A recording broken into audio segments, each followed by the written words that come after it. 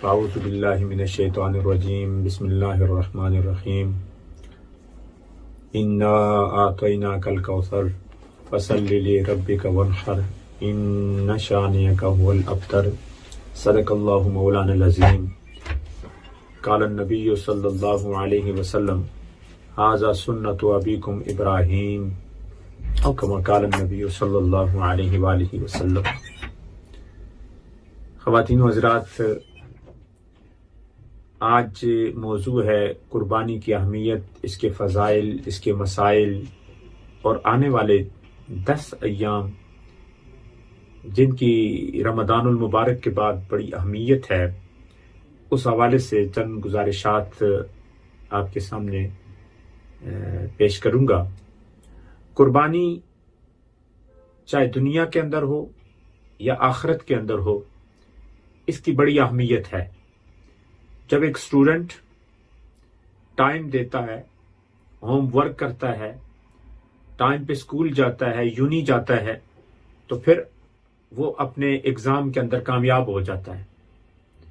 ایسے ہی کسی نے مہندی سے پوچھا کہ تیرے اندر جو کلر ہے ریڈ اینڈ یلو، یہ زرد اور سرخ رنگ، یہ کیسے تم میں آتا ہے، حالانکہ تم تو سبز پتے ہو؟ تو اس نے کہا میں تو پتے، سبز پتے، لیکن مجھے چکی میں ڈالا گیا اور پھر اس کے بعد مجھے پیسا گیا، مجھے پاؤڈر بنایا گیا، پھر جب میں محبوب کے ہاتھوں پہ پہنچی تو مجھ میں رنگ آ گیا۔ یہ ایک قربانی دے کے اس مقام پہ پہنچی۔ اسی طریقے سے مولانا روم رحمۃ اللہ علیہ فرماتے ہیں کہ کسی نے کشتی سے پوچھا، بتا کہ مسافر ایک طرف سے بیٹھتے ہیں اور دوسرے کنارے پہ دریا کے وہ تجھ سے اتر جاتے ہیں، بتا تم لوگوں کو ڈوبنے نہیں دیتی، تو کس طریقے مراحل سے گزر کے کس طریقے سے بنی؟ تو کشتی آگے سے جواب دیتی ہے، میں تو ایک درخت تھا، میرے سینے پہ کلہاڑے چلے، میرے سینے پہ آرے چلے، مجھ پہ کیلیں، میخیں، نیلز لگائی گئی، اور پھر اللہ تعالیٰ نے مجھے یہ مقام عطا فرمایا۔ اور اسی لیے کسی نے کیا خوب کہا، نامی کوئی بغیر مشقت نہیں ہوا، نامی کوئی بغیر مشقت نہیں ہوا، 100 بار حقیقت تب نگی ہوا۔ یہ تکلیفیں اور مصیبتیں دیکھنے کے بعد پھر اللہ یہ مقام عطا فرماتا ہے۔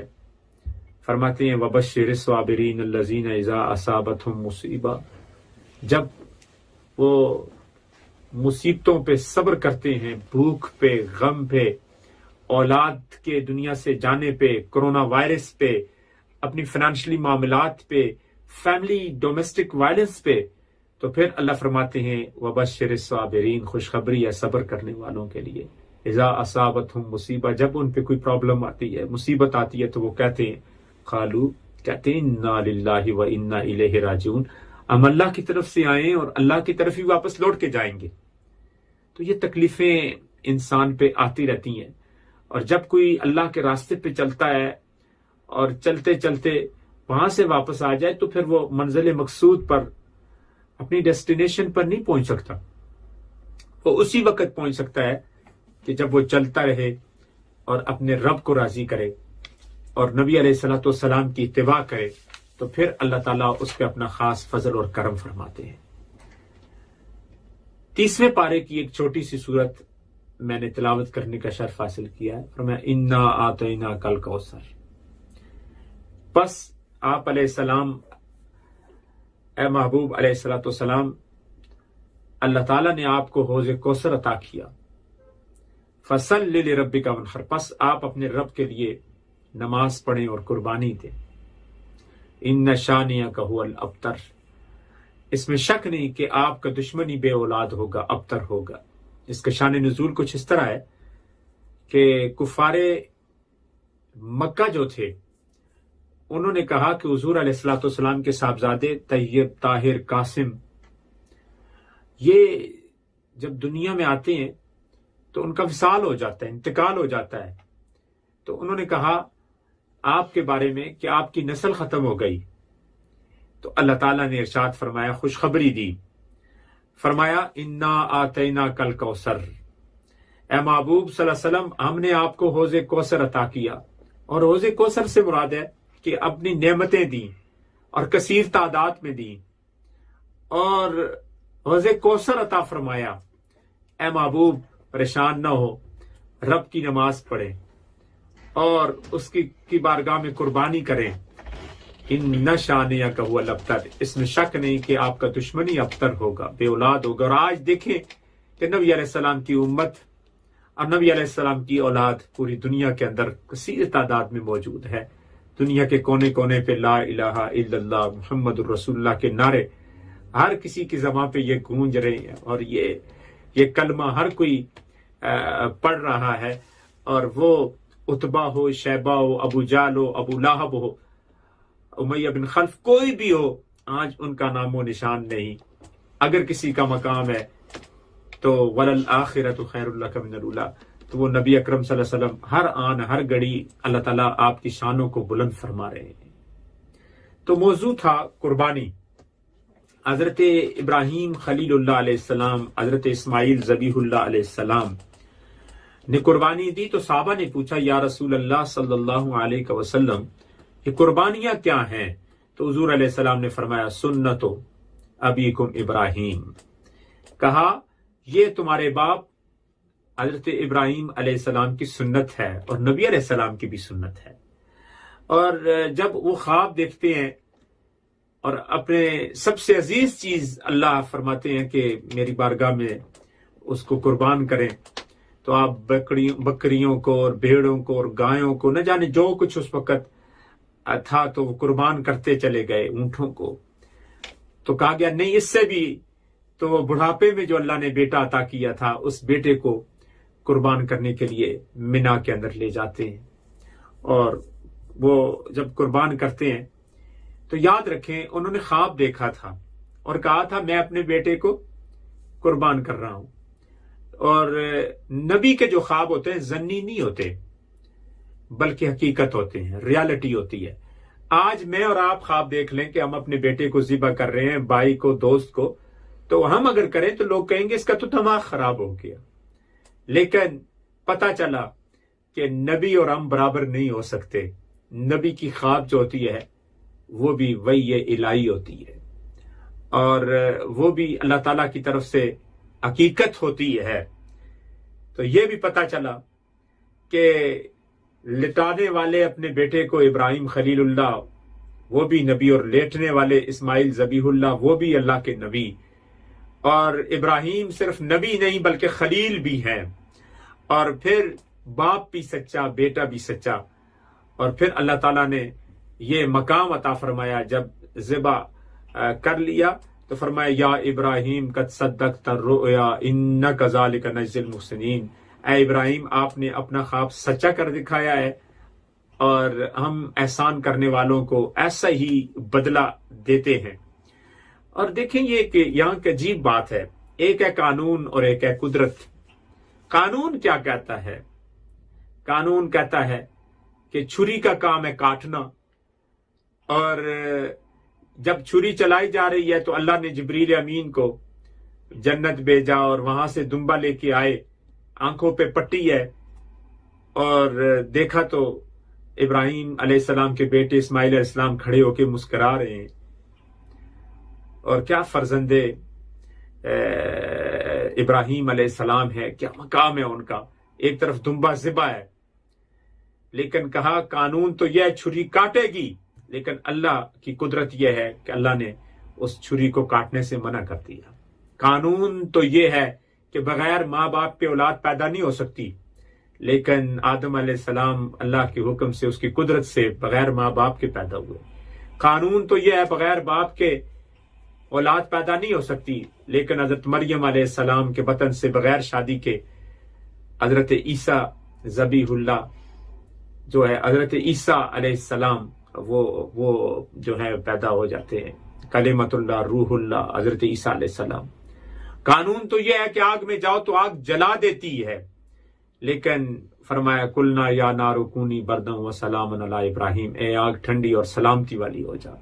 تو آگ جو ہے وہ گل و گلزار ہو گئی۔ یہ اللہ کی قدرت ہے، اور اللہ جب چاہے کن فیکون کہے تو وہ چیز ہو جاتی ہے، یہ اللہ تعالیٰ کا فضل اور کرم۔ تو یہ قربانیاں کیا ہیں؟ کہا ھذا سنت ابیکم ابراہیم علیہ السلام، یہ تمہارے باپ حضرت ابراہیم علیہ السلام کی جو ہے سنت ہے۔ اور سنت کیسی سنت ہے؟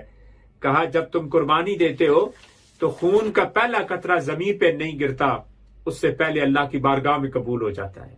یہ قربانی کل قیامت میں کھروں اور سینگوں کے ساتھ آئے گی، اور اس کو تولا جائے گا اسکیل پہ اور ترازو پہ، اور اس کا تمہیں اجر اور ثواب دیا جائے گا۔ پلسرات پر تمہاری سواریاں بنیں گی اور جلدی تمہیں جنت میں پہنچا دے گی۔ حدیث پاک میں آیا کہ عید قربان کا جو دن ہے 10 ذوالحجہ کا دن، اس دن سوائے قربانی کے، خون بہانے کے، اللہ تعالیٰ کو اور کوئی چیز زیادہ پسند نہیں ہے۔ اور حضور علیہ الصلوۃ والسلام کا فرمان ہے کہ جس کے پاس سب کچھ ہے، صاحب نصاب ہے، پھر بھی قربانی نہ کرے، کہا وہ ہماری عیدگاہ کے قریب بھی نہ آئے۔ قربانی واجب ہے، اور قربانی ہر سال ہے۔ یہ غلط کنسپٹ ہے کہ جی آج ہم نے دادا جی رحمت اللہ علیہ مرحوم مغفور کی طرف سے دے دیا، والد، بھئی گھر میں جتنے لوگ ہیں اگر وہ صاحب نصاب ہیں تو ہر ایک کی طرف سے ہر سال قربانی دینا جو ہے یہ واجب ہے اور ضروری ہے۔ اور قربانی گوشت کے اصول کا نام بھی نہیں ہے کہ گھر میں کلیجی آئے گی اور گھر کے اندر یہ گوشت آئے گا، نہیں۔ قربانی نام ہے اللہ کو راضی کرنے کا۔ فرمایا لن ینال اللہ لحومها ولا دماؤها ولکن ینالہ التقوی منکم، اللہ کی بارگاہ میں نہ گوشت پہنچتا ہے نہ خون، بلکہ دل کے اندر وہ جو نیکی کی طلب اور تڑپ ہوتی ہے اور وہ جو جذبہ ہوتا ہے وہ اللہ کی بارگاہ میں پہنچتا ہے۔ تو لہٰذا یہ اس طریقے سے ہمیں قربانی کرنی چاہیے۔ میرے اور آپ کے آقا حضرت محمد الرسول اللہ صلی اللہ علیہ وسلم آپ مینا میں آئے، 100 اونٹ ذبح کیے، اور 63 اونٹ نبی اکرم صلی اللہ علیہ وسلم نے اپنے ہاتھ مبارک سے ذبح کیے۔ آج ایک اونٹ بھی کوئی ذبح کرے ایک اکیلا تو نہیں کر سکتا، یہ نبوت کی طاقت تھی۔ سنن ابی داؤد کے اندر آتا ہے کہ حدیث پاک ہے، فرمایا کلنہن یزدلفن الی، کہاں کہ وہ سارے اونٹ خود آ کے اپنی گردن کو رسول اللہ صلی اللہ علیہ وسلم کی چھری کے سامنے رکھ دیتے تھے۔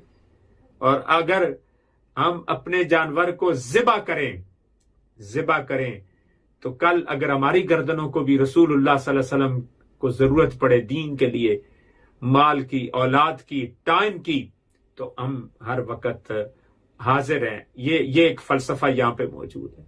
حضور اکرم صلی اللہ علیہ وسلم نے 63 آپ کی ایج مبارک تھی، ظاہری طور پر آپ تو قیامت تک اللہ کے نبی، لیکن 63 اونٹ ہی آپ نے ذبح کیے، باقی حضرت علی کرم اللہ وجہ الکریم آپ نے باقی اونٹ جو ہیں وہ پورے 100 ہو گئے، آپ نے ذبح کیے۔ اور اس کے اندر خاص وقت آتا ہے، اور ان خاص اوقات میں 2-3 باتیں کر کے اپنی بات کو اختتام کی طرف لے جاؤں۔ وہ یہ آتا ہے کہ ذوالحجہ اسلامک کیلنڈر کے لحاظ سے آخری مہینہ ہے اور محرم الحرام پہلا مہینہ ہے۔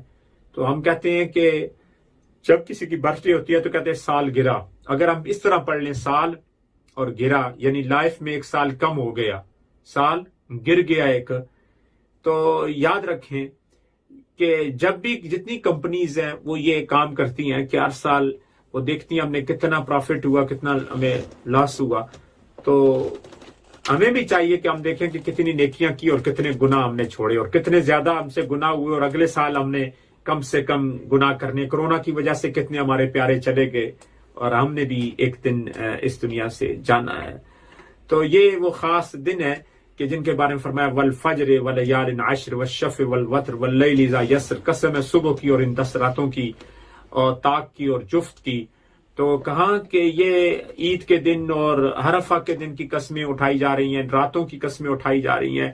ہر رات جو ہے جب چاند نظر آ جائے تو ہر رات عبادت کا ثواب لیلۃ القدر کے برابر ہے۔ حالانکہ رمضان میں لیلۃ القدر خیر من الف شہر، 83 سال کا تقریباً جو ثواب مل رہا تھا وہ تو ایک رات تھی، لیکن یہ ساری راتیں بڑی عظمتوں والی راتیں ہیں، بڑی برکتوں والی راتیں۔ اور 9 کا دن یوم عرفہ ہے، کہا کہ ہر روز روزہ رکھو سال کے روزوں کا ثواب، لیکن 9 کو جب کوئی آدمی روزہ رکھتا ہے تو 1 سال پہلے کے گناہ، نبی علیہ السلام نے فرمایا اللہ کی رحمت سے امید ہے کہ 1 سال پہلے کے گناہ اور 1 سال بعد کے گناہ اللہ معاف فرما دیتے ہیں۔ کتنے بڑے ایام آ رہے ہیں، اور ان دنوں کو ہم نے اللہ کی تسبیح کے اندر، تحلیل کے اندر، تقدیس کے اندر گزارنا ہے۔ حدیث پاک میں آیا، نبی ایسا فرمایا کہ ان دنوں میں کثرت کے ساتھ لا الہ الا اللہ، سبحان اللہ، اللہ اکبر کی صداؤں کو بلند کرو، یہ کثرت کے ساتھ کرو۔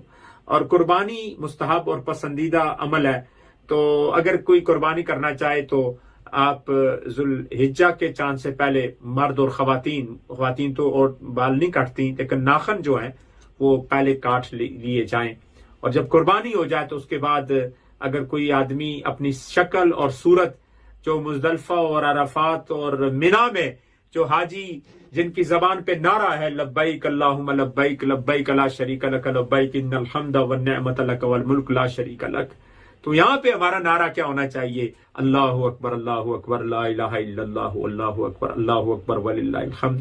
ہر نماز کے بعد ایام تشریق میں تکبیرات تشریق 23 نمازوں میں، جو 9 کی ذوالحجہ کی صبح سے لے کر یوم عرفہ کی یوم طرفہ کی عصر تک، 13 کی عصر تک 23 نمازیں بنتی ہیں۔